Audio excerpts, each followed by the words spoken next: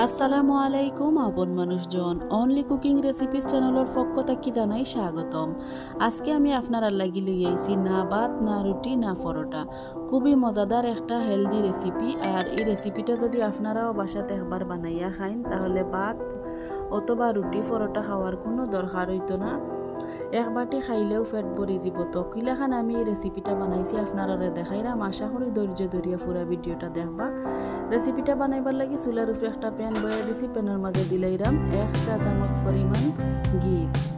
এখন ঘিটা মোটামুটি একটু গলি গেলে আমি কেন দিলাইরাম মেজারমেন্ট কাপড় 1 কাপ পরিমাণ সুজি। সুজি দেওয়ার পরে ঘির লগে সুজিরে একটু হালকা ভাজিয়ে নিলাম, যাতে সুজির একটা কাঁচা গন্ধটা না থাকে। আর সুজিটা লাল লাল করে বাজার কোনো দরকার নাই, মোটামুটি একটু জরজরা হইলেই চুলা থেকে নামাইয়া নিব। ভিডিওটা দেখতে দেখতে যদি লাইক দিতে ভুলি যাইন, মনে করি একটা লাইক দিয়ে পুরো ভিডিওটা দেখার অনুরোধ রইল। আর আমার এই চ্যানেলটা যদি আপনার কাছে ভালো লাগে, আমার রেসিপিগুলো আপনারা যদি পছন্দ করেন, তাহলে চ্যানেলটারে সাবস্ক্রাইব হইয়া সবসময় আমার পাশে থাকবা, আমারে সাপোর্ট করবা। এখন আমার সুজিগুলো মোটামুটি বাজা হয়ে গেছে, আর ওগুলাখান জোরজোরা হইলে আমি চুলা থেকে নামাইয়া অন্য একটা বাটি তুলিয়ে নিলাম।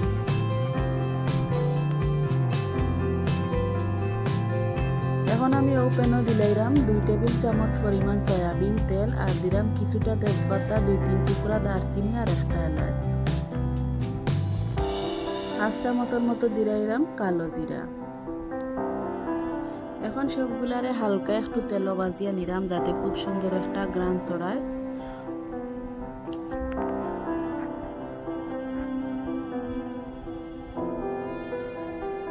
এখন আমি এখানে দিলাইরাম 1 কাপ পরিমাণ পেঁয়াজ, আর পেঁয়াজগুলা ওলাখান বড় বড় করে টুকরা টুকরা করে আমি কাটিয়ে নিছি। এই রেসিপিত পেঁয়াজ ওলাখান কাটিয়ে দিলে খুব বেশি ভালো লাগে, দেখতেও সুন্দর লাগে, খাইতেও মজা লাগে। পেঁয়াজ দেওয়ার পরে তেলও মোটামুটি পেঁয়াজটারেও একটু ভাজিয়ে নিলাম।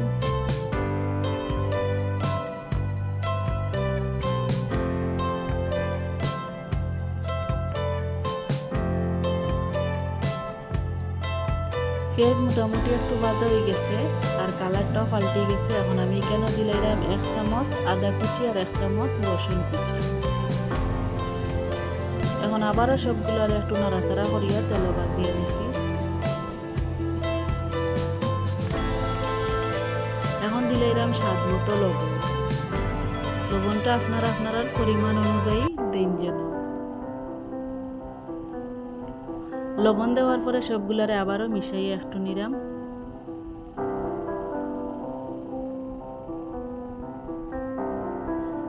সবগুলা মিশানি হয়ে গেছে। এখন দিলাইরাম 1 কাপ পরিমাণ আলু। আলুগুলারে আমি ওলাখান টুকরা টুকরা করে কাটিয়ে নিছি, আপনারা হয়তো দেখিয়ে বুঝতে পারা। আর আলুর পরিবর্তে আরও আপনারা দিতে পারেন গাজর অথবা বরবটি বা অন্যান্য কোনো সবজি, আপনারা যা পছন্দ তাও দিতে পারেন। এখন আমি কেন দিলাইরাম কেন কয়েক টুকরা মুরগির মাংস, আর মাংসগুলারে আমি একটু বড় বড় সাইজের করিয়া কাটিয়ে নিছি। আর এই মাংসগুলার কোনো হাড় নাই, হাড় ছাড়া মুরগির মাংস দিলে খুব বেশি ভালো হয় এই রেসিপির মাঝে। এখন সবগুলারে তেলও 1 থেকে 2 মিনিট ভালো করে একটু ভাজিয়ে নিলাম। ভাজার পরে আমি কেন দিলাইরাম 1/2 চামচ ভাজা জিরার গুঁড়া আর 1/2 চামচ গোলমরিচের গুঁড়া। আর কোনো ধরনের আমি কেন মশলা ব্যবহার করতাম না।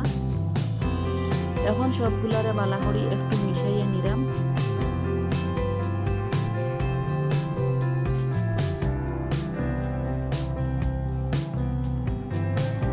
মিশানি হয়ে গেছে। এখন আমি ডাকনা দিয়া ডাকিয়া ল আছে 5 মিনিট সিদ্ধ করিয়া নিব। 5 মিনিট পরে দেখো মুরগির মাংস আর সবজি আলু থাকি মোটামুটি আর কোনো পানি বারণ। এখন আমি এক্সট্রাতে পানি যেগুলো আছে ওগুলা একটু শুকাইয়া নিব। আর এখন বালা করি একটু নাড়াচাড়া করি আবারও 2 থেকে 3 মিনিট ডাকনা দিয়ে ডাকিয়া রাখি দিলাম। দেখো পানিগুলাও খুব সুন্দরভাবে শুকাই গেছে, আর মাংস আলু মশলাগুলোও খুব সুন্দরভাবে সিদ্ধ হয়ে গেছে। এখন আমি এখানে দিলাইরাম আগে থেকে ভাজিয়ে রাখা সুজি।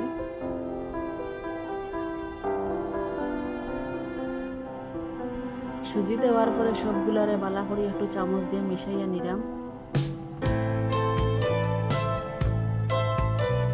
এখন আমি এখানে দিলাম বড় সাইজের একটা টমেটো উলাহান কিছু বড় বড় করে টুকরা টুকরা করে কাটিয়ে নিছি। এখন সবগুলা দিলাইরাম আর দিলাম 3 থেকে 4টা কাঁচামরিচ গুলারে আমি মাঝখান দিয়ে ছিলিয়ে দিছি না, আস্তে আস্তে দিছি। এখন সব কিছুরে আবারও ভালো করে একটু মিশাইয়া নিলাম। যেহেতু সুজি আমার আগে ভাজা আছে আর অন্য অত বেশি ভাজার কোনো দরকার নাই।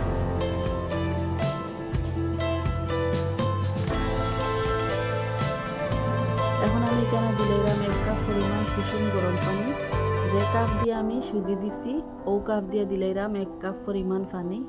পানিটা কুসুম গরম পানি দেওয়ার চেষ্টা করবা, তাইলে খুব ভালো হয়।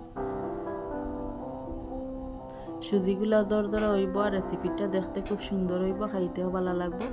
এখন পানি দেওয়ার পরে সব কিছু মিশাইয়া নিছি। এখন ঢাকনা দিয়ে ঢাকিয়ে আবার 5 মিনিট মিডিয়াম আছে সিদ্ধ করিয়া নিমু সবগুলারে। 5 মিনিট পরে ঢাকনা দিলে দেখো সবগুলা পানি শুকাই গেছে আর খুব সুন্দরভাবে সবগুলা মোটামুটি সিদ্ধ হয়ে গেছে।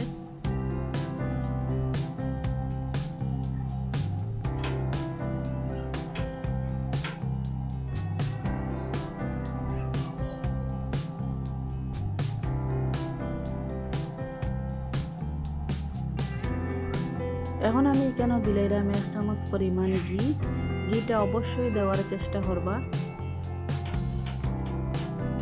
ঘি দেওয়ার পরে এখন ঢাকনা দিয়ে ঢাকিয়া আবারও 3 থেকে 4 মিনিট সিদ্ধ করিয়া নিব।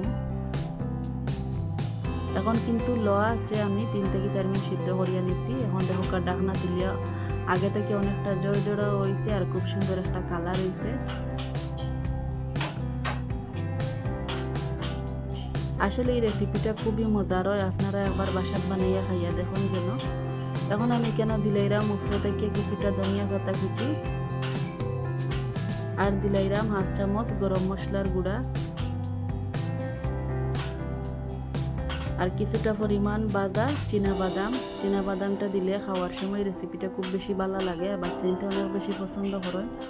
খুবই স্বাস্থ্যকরী রেসিপিটা, যদি কোনো বাচ্চায় 1 বাটি পরিমাণ খায় তাইলে তার অনেক বেশি উপকার হইব আর বড় মানুষেও খাইলে তো আর ভাত খাওয়ার দরকার হইতো না। এখন সবগুলারে আবারও একটু ভালো করে মিশাইয়া নিলাম।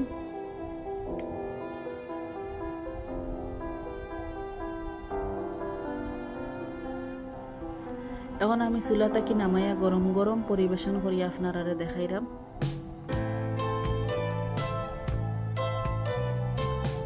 দেখো কতটা জোর হইছে।